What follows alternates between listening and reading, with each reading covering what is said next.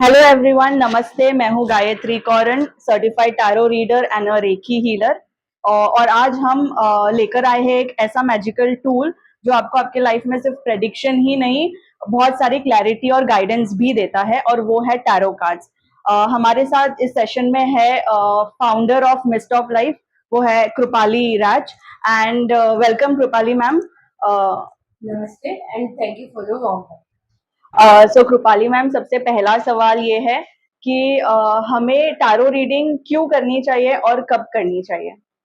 बहुत अच्छा सवाल है कि क्यों करनी चाहिए और कब करनी चाहिए। टैरो रीडिंग जो है ना, हमारे सबकॉन्शियस माइंड से हम जो भी बोलते हैं कि हमारे सबकॉन्शियस माइंड में हमारे सारे सवालों के जवाब होते हैं। तो टैरो रीडिंग जो है वो उसी का इंटरप्रिटेशन है।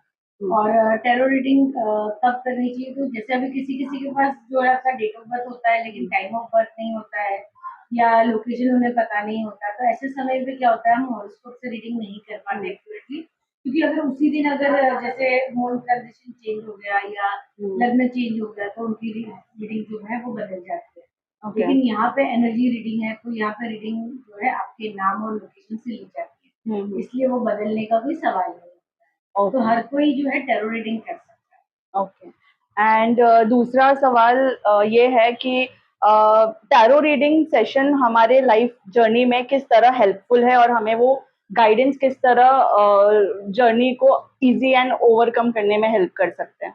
जैसे कि आपको बताती हूँ मैं कि टैरो रीडिंग हमारी लाइफ में सिर्फ प्रेडिक्शन टूल नहीं है। मतलब टैरो को आजकल जो लोग समझते हैं कि सिर्फ प्रेडिक्शन है, जैसे हाँ और ना का जवाब दे दिया, या जैसे ये कब होगा या कैसे होगा, ये नहीं। टैरो से हम तो डेफिनेटली हमें प्रेडिक्शन तो मिलता ही है, लेकिन उसके साथ साथ टैरो जो है हमें हेल्प करता है गाइडेंस के लिए। जैसे कि अगर फाइनेंशियल कंडीशन किसी की है तो प्रेडिक्शन ये बताता है कि अभी आपकी फाइनेंशियल कंडीशन फ्यूचर में ठीक नहीं है, लेकिन ठीक नहीं होके वो आपका सवाल स्टॉप नहीं हो जाता है वहाँ पे।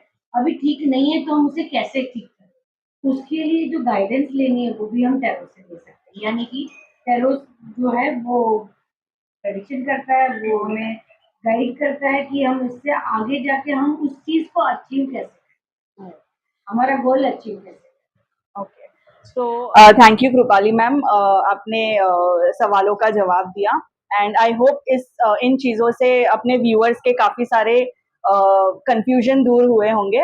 एंड इसके साथ हम अब बढ़ते हैं हमारे नए अगले क्वेश्चन पे। सो मैम, काफ़ी सारे ऐसे लोग हैं जो लोग टैरो रीडिंग को सुपरनैचुरल चीज़ों से जोड़ देते हैं, एंड टैरो रीडिंग के लिए एक नेगेटिव थॉट्स बना देते हैं। तो आप उस बारे में क्या कहना चाहोगे?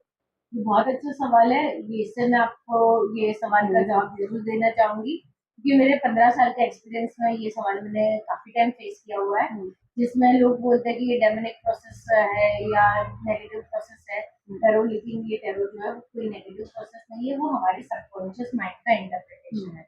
जैसे आप अगर भगवद गीता भी देखते हो तो भगवद गीता में बताया गया है कि सारे सवालों के जवाब हमारे अंदर ही होते हैं। तो यही वो कंसेप्ट ये भी है कि हमारे सबकॉन्शियस माइंड में सारे सवालों के जवाब रहते हैं। जब मैं आपके नाम से प्रे करती हूँ, टैरो रीडर कोई भी टैरो रीडर अगर आपके नाम से प्रे करता है और तो आपके नाम और लोकेशन से आपकी एनर्जी को टैप करता है, और नाम और लोकेशन से जब एनर्जी टैप की जाती है तो आपके सबकॉन्शियस माइंड की एनर्जी टैप होती है, और उसी वजह से जो है आपकी जो इंटरप्रिटेशन होती है टैरो रीडिंग की एक्यूरेसी होती है वो सबसे ज्यादा होती है, क्योंकि वो आपकी डायरेक्ट एनर्जी से कनेक्ट करता है। Thank you Kripali ma'am. हमारा जो ये सुपरनैचुरल वाला मिथ था वो आज बस्ट हुआ। नाउ हमारा सेशन का आखिरी सवाल, ये and very important question. If जब भी कोई क्लाइंट टैरो सेशन लेने जाता है, तो उन्हें किन बातों का ख्याल रखना चाहिए? ऐसी कौन सी चीज है जो उनको उनके माइंड में रखनी चाहिए? तो इससे पहले ये जो सवाल है इसका मैं आपको बता दूँ। सबसे पहले कोई भी क्लाइंट किसी टैरो रीडर के पास जाता है और सबसे पहले तो उसको उस पे विश्वास होना चाहिए कि मैं इसके पास सॉल्यूशन लेने जा रहा हूँ, तो उसको ट्रस्ट सबसे पहले फैक्टर है। क्योंकि बिना ट्रस्ट के आप डाउट माइंड में जाओगे तो आपके सबकॉन्शियस माइंड में भी डाउट की ही एनर्जी आएगी। तो इसी वजह से आपका जो आंसर है वो जो है थोड़ा फ्लक्चुएट हो सकता है अगर आप डाउट एनर्जी लेके जाते हो। और दूसरा कि उसको जो भी क्वेश्चन है एक सिंपल लैंग्वेज में अपने टैरो रीडर को बताना चाहिए कि ये मेरे क्वेश्चन है। अगर उनको कभी ऐसा होता है कि अगर उन्होंने कभी टैरो रीडिंग नहीं किया है तो उन्हें पता नहीं होता कि क्वेश्चन कैसे फ्रेम करें, हाँ तो वो क्वेश्चन नहीं फ्रेम कर पाते, क्वेश्चन पूछते गलत तरीके से, फिर उनको लगता है कि मेरा आंसर नहीं आया। लेकिन आप अगर एक सिंपल लैंग्वेज में टैरो रीडर को एक्सप्लेन करोगे कि ये मेरा प्रॉब्लम है, तो टैरो रीडर उसको हेल्प कर सकता है कि कैसे क्वेश्चन फ्रेम करे, और उस हिसाब से वो क्वेश्चन फ्रेम कर सकते हैं ताकि उनका एक्यूरेट बने। Thank you Kripali ma'am and thank you viewers for watching this. अगर आपको हमारी कॉन्वर्जेशन पसंद आई हो तो लाइक शेयर एंड सब्सक्राइब जरूर करें और कमेंट्स में हमें बताएं कि आपके और क्या क्वेश्चंस है, हम ट्राई करेंगे कि हम उसका जवाब दें। मैं हूँ गायत्री कौरन और मेरे साथ है Kripali Raich, Mist of Life से। Thank you. Thank you.